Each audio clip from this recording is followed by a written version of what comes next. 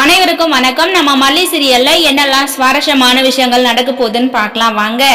மல்லி நினைச்சபடி ரேணுகா பாத்தீங்கன்னா நடிக்கிறாங்க அப்படின்றது கன்ஃபார்மே பண்ணிக்கிட்டாங்க. ஆனா விஜய் பத்தினா அதை தெரிஞ்சுக்காம இன்னும் ரேணுகாவை அப்பாவி அப்படின்ற மாதிரிதான் விஜய் நினைச்சிட்டு இருக்காரு. எப்படி இருந்தாலும் கூடிய சீக்கிரத்துல மனோகர் மல்லி ரெண்டு பேரும் ஆதாரத்தோட உண்மையை கண்டுபிடிச்சு ரேணுகாவை விஜய் முன்னாடி நிறுத்ததான் போறாங்க. சோ அது மட்டும் இல்லாம இப்ப ரேணுகாவோட மனசுக்குள்ளேயே பாத்தீங்கன்னா பயம் வந்துருச்சு. ஏன்னா அந்த மொபைல் கொடுக்க வந்தவங்க ரேணுகா கண்ணாலே சைகை பண்ணாங்க. இது எல்லாமே மல்லிக்கு கொஞ்சம் கொஞ்சமா தெரிய ஆரம்பிச்சிருச்சு. ஆதாரம் இல்லாதனால தான் மல்லி பாத்தீங்கன்னா எல்லாத்துக்குமே ரொம்பவே பொறுமையா இருக்கிறாங்க. மனோகருக்கு ரொம்பவே கோவம் தான். என்னன்னா ரேணுகா ஒவ்வொரு விஷயத்தையும் செய்யும் போது அவ வேணும்னே தான் செய்யறா அப்படின்றது மனோகருக்கு நல்லாவே தெரியுது. அதனாலதான் கோவத்துல மனோகர் ஒரு பக்கம் சத்தம் போடுறாங்க. ஆனா மல்லி இல்லன்னா அண்ணா கொஞ்சம் பொறுமையா இருங்க அப்படின்ற மாதிரி மல்லி மனோகர் கிட்ட சொல்லிட்டு இருக்காங்க. ஆனா மனோகர் ஒவ்வொரு டைமும் இதே மாதிரி பொறுமையாவே இருக்க மாட்டாரு. மல்லியையும் மீறி கண்டிப்பா ரேணுகாவுக்கு சரியான பதிலடியை மனோகர் கொடுக்கதான் போறாரு. விஜய் பாத்தீங்கன்னா மல்லிக்காக ஆசாசியா பூய் வாங்கிட்டு வராரு. ஏன்னா இவ்வளவு நாள் பாத்தீங்கன்னா மல்லியை என்னன்னு சொல்லிட்டு கூட விஜய் கண்டுக்காம இருந்துட்டு இருந்தாரு. இவ்வளவு பிரச்சனைக்கு அப்புறம் மல்லியோட கழுத்துல விஜய் தாலி கட்டி அதுக்கப்புறம் தான் பாத்தீங்கன்னா தன்னோட மனைவியாவே மல்லியோட மனசை புரிஞ்சுக்கிட்டாரு, மனைவியா ஏத்துக்கிட்டாரு விஜய். இப்படிப்பட்ட ஒரு சூழல்ல இந்த சுடர் என்ட்ரி கொடுத்து மல்லியோட வாழ்க்கையை அழிக்க போறாங்க அப்படின்னு சொல்லிட்டு தாங்க சொல்லணும். சோ மல்லி இதுக்கப்புறமும் சைலண்டா இருந்தா கண்டிப்பா ரேணுகா பாத்தீங்கன்னா நமக்கு கதிரேசனோட சொத்து எல்லாமே வேணும்னு சொல்லிட்டு இருந்தா விஜயோட வாழ்க்கையில இருந்து மல்லியை வெளியேற்றணும். வெளியேற்றினா மட்டும்தான் கண்டிப்பா விஜய் நமக்கு சொந்தமாகுவாரு. சொந்தமாகிறது மட்டும் இல்லாம கதிரேசனோட வீட்டுக்கு போயிட்டு கதிரேசனோட சொத்தை எல்லாத்தையுமே நம்ம ஆட்டையை போட்டலாம் அப்படின்னு சொல்லிட்டு ரேணுகா நினைச்சிட்டு இருக்காங்க. சோ இதுதான் ரேணுகாவோட பிளானே. இவளோட பிளான் எல்லாம் வேற லெவல்ல இருக்குது அப்படின்னு சொல்லிட்டு தான் சொல்லணும். இப்ப ரேணுகா என்னதான் இப்படி எல்லாம் யோசிச்சுட்டு இருந்தாலும் அவங்களோட மனசுக்குள்ள பயம் வந்துருச்சு. ஏன்னா மனோகர் மல்லி ரெண்டு பேருக்கு சந்தேகம் வந்துருச்சு. மனோகருக்கு மட்டும் சந்தேகம் இருந்திருந்தா கூட பரவாயில்ல, இப்ப மல்லியும் நம்ம மேல சந்தேகப்பட ஆரம்பிச்சுட்டா கண்டிப்பா ஒவ்வொரு டைமும் நம்ம என்ன செய்யறோம் அப்படின்றத இவ ஃபாலோ பண்ணிக்கிட்டே தான் இருப்போம் அப்படின்னு சொல்லிட்டு ரொம்பவே பயத்தோட இருக்காங்க ரேணுகா. அந்த மாதிரி டைமிங்ல ரகு பாத்தீங்கன்னா ரேணுகாவுக்கு கால் பண்றாங்க. உடனே ரேணுகா பாத்தீங்கன்னா பதறி அடிச்சு போய் போன் எடுக்கிறாங்க. ஏன்னா ஒரு பயத்துலதான் இதுக்கப்புறமும் இந்த விஷயத்த நம்ம ரகு கிட்ட சொல்லாம இருந்தா பெரிய பிரச்சனையில நம்ம மாட்டிக்குமோ அப்படின்னு சொல்லிட்டு தான் ரேணுகா பதறி போயிட்டு போனை எடுக்கிறாங்க. ரகு பாத்தீங்கன்னா ரொம்பவே சாதுவா பேசுறாரு. என்ன ரேணுகா எல்லாமே நல்லபடியா தானே போயிட்டு இருக்கு, எந்த ப்ராப்ளமும் இல்லையா அப்படின்ற மாதிரி ரகு கேட்கும் போது ரேணுகா பாத்தீங்கன்னா எங்க ரகு இப்படி எல்லாம் கேக்குற, அதாவது வீட்டுல எல்லா உண்மையுமே தெரிஞ்சு போச்சு மனோகருக்கு ஒரு பக்கம் தெரிஞ்சாலும் இப்ப என் மேல மல்லிக்கு நிறைய சந்தேகங்கள் வந்துருச்சு. ஒவ்வொரு விஷயத்தையும் செய்யும் போதும் என் முகத்தை பார்த்து பார்த்து ஏதாவது இருக்குமோ அப்படின்ற மாதிரி யோசனையிலே மல்லி என்கிட்ட நடந்துக்கிறா. பெரிய பிரச்சனை தான் அப்படின்ற மாதிரி ரேணுகா சொல்றாங்க. சோ அது மட்டும் இல்லாம இதுக்கப்புறமும் இந்த வீட்டுல என்னால இருக்க முடியுமா அப்படின்னு சொல்லிட்டு எனக்கு சந்தேகமா இருக்கு ரகு அப்படின்னு சொல்லிட்டு ரேணுகா பாத்தீங்கன்னா ரகு கிட்ட சொல்லும் போது ரகு என்ன ரேணுகா சொல்ற, அப்ப மல்லிக்கே சந்தேகம் வந்துருச்சுன்னா கண்டிப்பா நம்ம எல்லாரும் வசமா மாட்டிக்குவோம், கும்பலோட மாட்டிக்குவோம் அப்படின்னு சொல்லிட்டு ரகு சொல்றாரு. ஆனா ரேணுகா பாத்தீங்கன்னா ரகு உன்னோட யோசனை அவ்வளவுதான், என்னோட திறமைய நீ பாரு. அதாவது மல்லிக்கு சந்தேகம் வந்துருச்சு, ஆனா மனோகர் மட்டும் இல்லாம இருந்தா மல்லிக்கு சந்தேகம் வந்திருக்காது. இதுக்கப்புறமும் நான் சந்தேகப்படுற மாதிரி நடந்துக்க மாட்டேன். இதுக்கப்புறம் தான் என்னோட பிளானே வேற லெவல்ல இருக்க போகுது அப்படின்னு சொல்லிட்டு ரேணுகா சொல்றாங்க. ரகு பாத்தீங்கன்னா வேணா ரேணுகா, அவசரப்பட்டு நீ உன்னோட வேலையை காமிச்சிடாத. ஏன்னா மல்லி எவ்வளவு பெரிய புத்திசாலி அப்படின்றது எனக்கு தெரியும், ஆனா உனக்கு தெரியாது. ஒரு விஷயத்துல இறங்கிட்டா அதை முடிக்காம இறங்கி வரமாட்டா மல்லி. அப்படிப்பட்டவதான் மல்லி. மல்லிக்கே சந்தேகம் வரும்போது நீ அவசரத்துல ஏதாவது செஞ்சிட்டா கண்டிப்பா அது நமக்கு பிரச்சனையா தான் முடியும் அப்படின்னு சொல்லிட்டு ரகு சொல்றாங்க. ஆனா ரேணுகா பாத்தீங்கன்னா ரகு நீ பயப்படாத, எனக்கு ஏதாவது பிரச்சனைனா நான் உனக்கு கால் பண்றேன், அதுவரையும் நீ எனக்கு கால் பண்ண வேணாம் அப்படின்னு சொல்லிட்டு ரேணுகா சொல்றாங்க. போதாத குறைக்கு நெக்ஸ்ட் வீக் நீ எனக்கு ட்ரீட்மெண்ட் பண்ணணும் அப்படின்னு சொல்லிட்டு கதிரேசனுக்கு கால் பண்ணி சொல்லு, அடுத்த வாரம் நான் உன்னை ஹாஸ்பிட்டல்ல சந்திக்கிறேன் அப்படின்னு சொல்லிட்டு ரேணுகா பாத்தீங்கன்னா ரகு கிட்ட சொல்றாங்க. சோ ரகுக்கு ஒரு நம்பிக்கை வந்துருச்சு. ஏன்னா ரேணுகாவே இவ்வளவு கான்பிடென்டா பேசுறா அப்படின்னு சொல்லும் போது கண்டிப்பா அவ பயமே இல்லாம தான் அந்த வீட்டுல இருப்பா அப்படின்றத ரகு நல்லாவே தெரிஞ்சுக்கிட்டாரு. சரி ரேணுகா, அடுத்த வாரம் நான் கதிரேசனுக்கு கால் பண்றேன், இன்னைக்கு செக்அப்க்கு கூட்டிட்டு வாங்கன்னு சொல்லிட்டு நான் கதிரேசன் கிட்ட சொல்றேன், அப்ப மீட் பண்ணலாம் அப்படின்னு சொல்லிட்டு ரகுவும் பாத்தீங்கன்னா போனை கட் பண்ணிடுறாரு.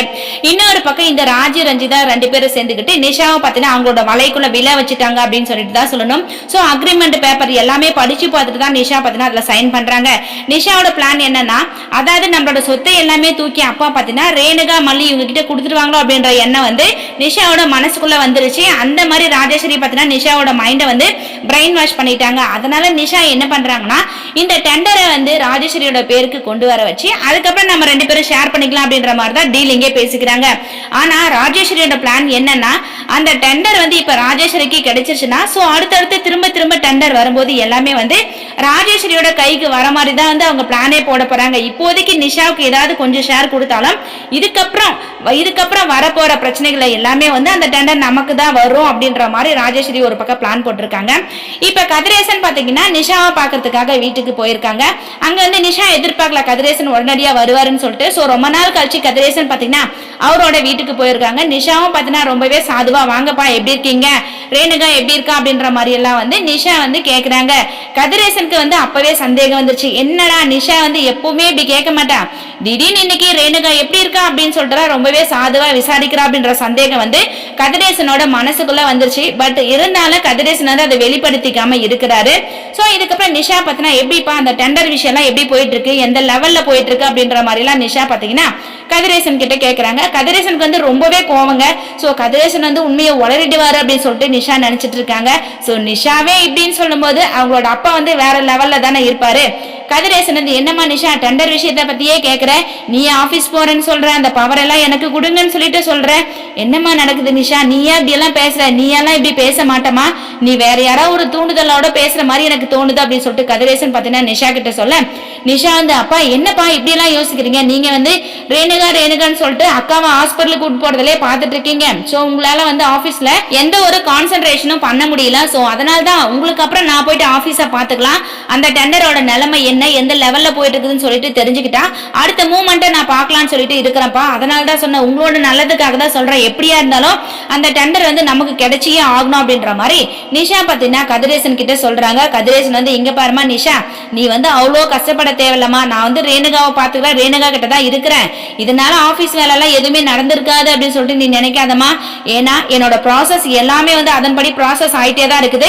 கண்டிப்பா இந்த டைமும் டெண்டர் வந்து நமக்கு தான் கிடைக்க போகுது, அதுல வந்து எந்த ஒரு மாற்றமும் இல்ல, இதுக்காக நீ கஷ்டப்படவும் தேவையில்லமா, அதோட ப்ராசஸ் அது பாட்டு அது போயிட்டே இருக்குது. ஆனா ஒண்ணு மட்டும் என்னன்னா, என் பொண்ணு இவ்வளவு சீக்கிரத்துல இப்படி மாறுவான்னு சொல்லிட்டு நான் கொஞ்சம் கூட எதிர்பார்க்கல. ஏன்னா அக்கா வந்து உடம்புக்கு முடியாம இன்னொருத்தரோட வீட்டுல இருக்கிறா, அக்காவை எப்படியாவது குணப்படுத்தணும் அப்படின்னு சொல்லிட்டு நான் நினைச்சிட்டு இருக்கேன். அந்த கொஞ்சம் நெஞ்ச பாசம் கூட உனக்கு இல்லையா, அக்கா இறந்து போயிட்டான்னு சொல்லிட்டு அக்காவுக்கு படையல் போடலாம், சாமி கும்பலாம் அப்படி இப்படின்னு சொல்லிட்டு பேசிட்டு இருந்த நிஷா இப்ப அக்காவை ஒரு எட்டு கூட வந்து பார்க்க மாட்டேன்ற, அப்ப உன்னை நான் என்னமா நினைக்கிறது அப்படின்னு சொல்லிட்டு கதிரேசன் பாத்தீங்கன்னா நிஷா கிட்ட சொல்ல, நிஷா வந்து அப்பா எனக்கு ஒரே டென்ஷன்பா, நீங்க வந்து என்ன தனியா விட்டுட்டு போயிட்டீங்க அப்படின்ற கோவம் எனக்கு இப்ப கூட இருந்துகிட்டே தான்ப்பா இருக்குது, அதுக்காக என் அக்கா மேல எனக்கு பாசம் இல்லாம இருக்குமா அப்படின்ற மாதிரி நிஷா பாத்தீங்கன்னா கதிரேசனை பிரெயின் வாஷ் பண்றதுக்காக அப்படியெல்லாம் பேசுறாங்க. ஆனா கதிரேசன் வந்து ரொம்ப கிரிமினல் அப்படின்றது எல்லாருக்கும் நல்லாவே தெரியும். சரிமா நிஷா, நீ வந்து உன் அக்கா மேல பாசம் வச்சிருக்கியோ வைக்கலையோ அது அப்புறப்பட்ட விஷயம். சோ இந்த டெண்டர் பத்தின விஷயத்த வந்து நீ கவனிச்சுக்காத, நீ கண்டுக்காத, அந்த டெண்டர் எப்படி நமக்கு கிடைக்கும் அப்படின்றத வந்து எனக்கு தெரிஞ்சுக்க முடியும். சோ அதோட பிளான் என்ன அப்படின்றது எனக்கு தெரியும் அப்படின்னு சொல்லிட்டு கதிரேசன் வந்து ஓப்பனா வந்து நிஷா கிட்ட சொல்லிடுறாங்க. இதுக்கப்புறம் நான் எதுக்காக இங்க வந்தேன்னா, ஆபீஸ் பக்கம் நீ போகாதமா, ஏன்னா உனக்கு எதுக்கு ரிஸ்க், நீ வந்து எதுக்கும் வருத்தப்பட வேணாம், எல்லாத்தையும் நான் பாத்துக்கிறேன் அப்படின்னு சொல்லிட்டு கதிரேசன் பாத்தீங்கன்னா நிஷா கிட்ட சொல்றாங்க. சோ நிஷாவால வாயை திறந்து பேசவே முடியல. ஏன்னா கதிரேசன் பாத்தீங்கன்னா நிஷா கேட்கிற ஒவ்வொரு கேள்விக்கும் கரெக்டான பதில கொடுத்து அங்கவே வந்து ஸ்டாப் பண்ணிட்டாங்க, அதாவது லாக் பண்ணிட்டாங்க நிஷாவோட வாயை அப்படின்னு சொல்லிட்டு தான் சொல்லணும். சோ எது எப்படியோ கண்டிப்பா இந்த டெண்டர் வந்து ராஜேஸ்வரிக்கு கிடைக்க போறதுல கதிரேசனுக்கு தான் இந்த டெண்டர் கிடைக்க போகுது. இன்னொரு பக்கம் ரேணுகா வந்து வசமா கூடிய சீக்கிரத்துல மல்லி கிட்ட வசமா மாட்டதான் போறாங்க. மல்லி ரொம்ப பாவம் அப்படின்னு சொல்லிட்டு தான் சொல்லணும். இதுக்கு முன்னாடியும் விஜய் வந்து மல்லிக்காக பூ வாங்கிட்டு வந்தாங்க. சோ அதுலயும் பாத்தீங்கன்னா இந்த ரேணுகா வந்து ஷேர் பண்ணிக்கலாம் அப்படின்னு சொல்லிட்டு அந்த சந்தோஷத்தையே வந்து கெடுத்து விட்டுட்டாங்க. இப்ப விஜய் வந்து மல்லியோட தலையில பூ வைக்க போகும்போது அதே பிரச்சனையை தான் வந்து ரேணுகா பண்ணிட்டாங்க. விஜய்க்கு இதுல நல்லா என்ன தெரியுதுன்னா, மல்லியோட மனசை நம்ம ரொம்ப காயப்படுத்துறோமோ, அதாவது இந்த ரேணுகா எப்ப வீட்டுக்கு வந்தாங்களோ அப்பத்துல இருந்து மல்லி நம்மளை விட்டு ரொம்ப தூரத்துல பிரிஞ்சு போறாளோ அப்படின்ற எண்ணம் வந்து விஜயோட மனசுக்குள்ள வந்துருச்சு. எப்படியும் விஜய் பத்தினா மல்லியை சமாதானம் படுத்தணும் அப்படின்னு சொல்லிட்டு தான் நினைப்பாங்க. ஆனா மல்லி வந்து அதை வெளியில காமிச்சிக்க போறதுல. இதுக்கப்புறம் விஜய் பத்தினா கண்டிப்பா மல்லியோட டைம் ஸ்பெண்ட் பண்ணுன்னு சொல்லிட்டு நிறைய பிளான் போட போறாரு. வெயிட் பண்ணி பார்க்கலாம் என்ன நடக்க போகுதுன்னு சொல்லிட்டு. இந்த வீடியோ பிடிச்சிருந்தா லைக் பண்ணுங்க, ஷேர் பண்ணுங்க, கமெண்ட் பண்ணுங்க, மறக்காம நம்ம சேனலை சப்ஸ்கிரைப் பண்ணுங்க. தேங்க்யூ.